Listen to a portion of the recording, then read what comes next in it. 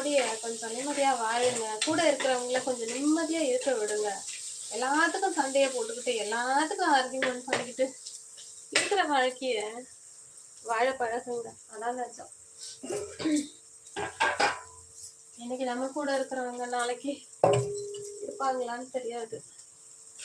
இருக்கிற வரைக்கும் நம்மளும் சந்தோஷமா இருப்போம், அவங்களையும் சந்தோஷமா இருக்க விடுவோமே அப்படின்னு நான் யோசிக்கிறேன். நீங்க என்ன யோசிக்கிறீங்கன்னு சொல்லுங்க.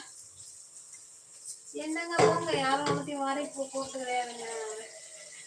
ஆனா ஸ்டார்டிங்ல எங்க மாமா கிட்ட அவ்வளவு சண்டை போடுவேன். யார்கிட்டயும் பேசக்கூடாது, யாரையும் பார்க்கக்கூடாது, எங்கேயும் போகக்கூடாது.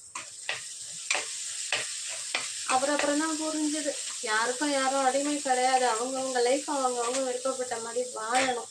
கூட இருக்கிறவங்களை கஷ்டப்படுத்தாத இருந்தா சரின்னு தான் தோணுது.